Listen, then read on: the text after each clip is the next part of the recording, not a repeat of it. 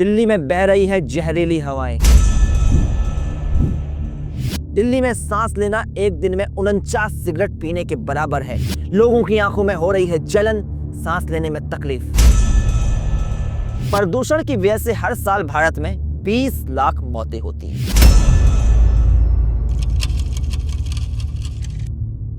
हालिया रिपोर्ट के मुताबिक एक आदेश जारी हुआ है कि दिल्ली एनसीआर में 12वीं तक के स्कूल होंगे बंद और ऑनलाइन होगी पढ़ाई। दिल्ली में 18 नवंबर 2024 यानी सोमवार की सुबह PM 2.5 का स्तर था 907। यह दावा है IQ एयर पॉल्यूशन मॉनिटर्स का। PM 2.5 का यह स्तर WHO द्वारा तय करी गई लिमिट से 60 गुना ज्यादा है।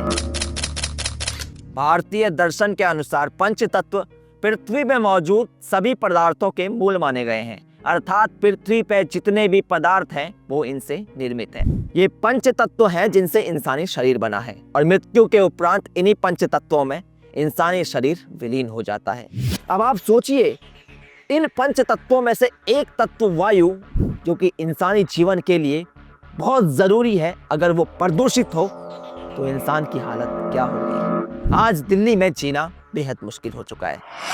जहां आज जमाना AI रोबोटिक्स तक पहुंच चुका है, वहां दिल्ली का आम आदमी स्वच्छ सांस लेने के लिए भी तरस रहा है। वायु प्रदूषण हमारे स्वास्थ्य के लिए बहुत बड़ा खतरा है। WHO के अनुसार पर्यावरणीय स्वास्थ्य आज एक चिंता का विषय बन चुका है। ब्रिटेन में प्रतिवर्ष 28,000 से 36,000 मौतें वायु प्रदूषण के कारण होती हैं। वायु प्रदूषण के कारण खांसी, आंखों में जलन, सिर दर्द जैसी स्वास्थ्य समस्याएं अल्प अवधि में उत्पन्न हो सकती हैं।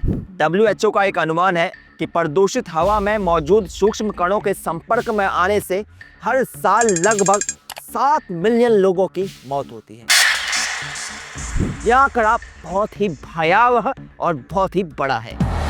सबसे पहले हम जानने की कोशिश करेंगे कि वायु प्रदूषण है क्या। वायु प्रदूषण एक क्षेत्रीय और वैश्विक समस्या है जो गैसों, रसायनों और छोटे कणों के प्रदूषकों के उत्सर्जन के कारण होती है। वायु प्रदूषण का मानव शरीर पर एक बहुत ही बुरा असर पड़ता है, इसलिए इस समस्या से निपटना बहुत ज़्यादा ज़रूरी है। PM 2.5 यानी पर्टिकुलर मैटर, ये है क्या? PM 2.5 वो छोटे छोटे कण होते हैं जो हवा में मौजूद होते हैं और ये प्रदूषक होते हैं। ये हवा को जहरीला बनाते हैं। जब ये सांस लेने के साथ धीरे धीरे अंदर जाते हैं शरीर के, तो ये इंसान को गंभीर बीमारियों से ग्रसित कर सकते हैं। केंद्रीय प्रदूषण नियंत्रण बोर्ड के अनुसार दिल्ली का AQI 494 दर्ज किया गया है, जो 2015 के बाद दूसरा सबसे खराब आंकड़ा है।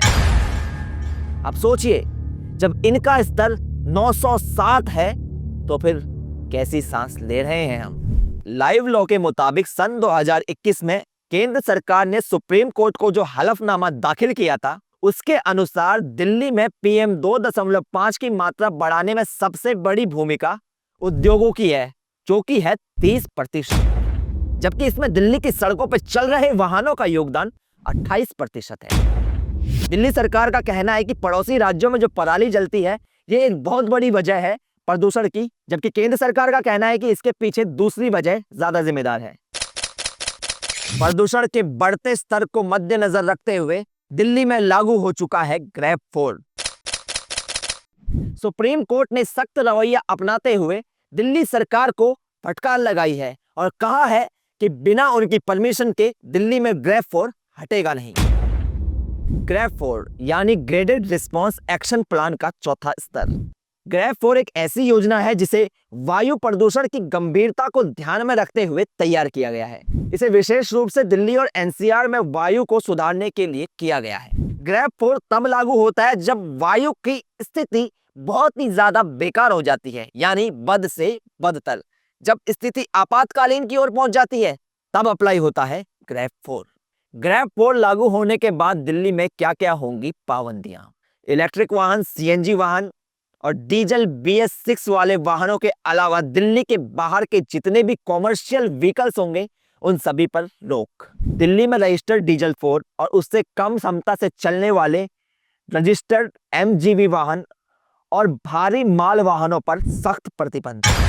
दिल्ली में स्कूल होंगे बंद और राज्य सरकारें ऑनलाइन क्लासेस चला सकती है। सरकारी और प्राइवेट ऑफिस 50% की क्षमता के साथ चल सकते हैं या फिर वर्क फ्रॉम होम का फैसला भी लिया जा सकता है। राज्य सरकारें अन्य इमरजेंसी उपायों पर विचार कर सकती हैं। सरकार कॉलेज और अन्य शैक्षणिक संस्थान बंद कर सकती हैं। इसके अलावा गैर आपातकालीन व्यावसायिक गतिविधियों को बंद कर सकती है। प्रदूषण के बढ़ते हुए स्तर को मद्देनजर रखते हुए राज्य सरकारें सड़कों पर चलने वाले निजी वाहनों के संचालन पर ऑड इवन स्कीम को लागू करने का फैसला ले सकती है। सुप्रीम कोर्ट ने कहा है कि स्वच्छ और प्रदूषण मुक्त वातावरण में रहना सभी लोगों का मौलिक अधिकार है और केंद्र सरकार और राज्य सरकार को इन अधिकारों की रक्षा करने के लिए जरूरी कदम उठाने होंगे। मेडिकल जर्नल बीएमजे की एक रिपोर्ट में पाया गया है कि प्रदूषण की वजह से हर साल भारत में 20 लाख मौतें होती हैं। इसके अलावा डीपीसीसी की वेबसाइट के अनुसार भारत में 10 जनवरी 2019 को एनसीएपी की शुरुआत की गई, national clean air programme.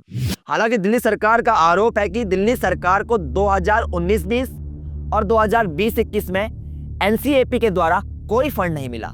Delhi सरकार का कहना है कि दिल्ली सरकार को साल 2021-22 में करीब 11 करोड़ का फंड मिला है और साल 2022 और 23 में करीब 23 करोड़ का फंड मिला है। जनता की फिक्र को छोड़ यहाँ सरकारें आपस में एक दूसरे पर दोषारोपण कर रही हैं। केंद्र सरकार का कहना है कि इस प्रदूषण की जिम्मेदार राज्य सरकार है और राज्य सरकार का कहना है कि इस प्रदूषण की जिम्मेदार केंद्र सरकार है। खबरों के मुताबिक दिल्ली के उपराज्यपाल वीके सक्सेना ने दिल्ली की मुख्यमंत्री आतिशी को चिट्ठी लिखी है, जबकि बीजेपी के प्रवक्ता शहजाद पूनावाला ने अरविंद केजरीवाल को इसका जिम्मेदार ठहराया है।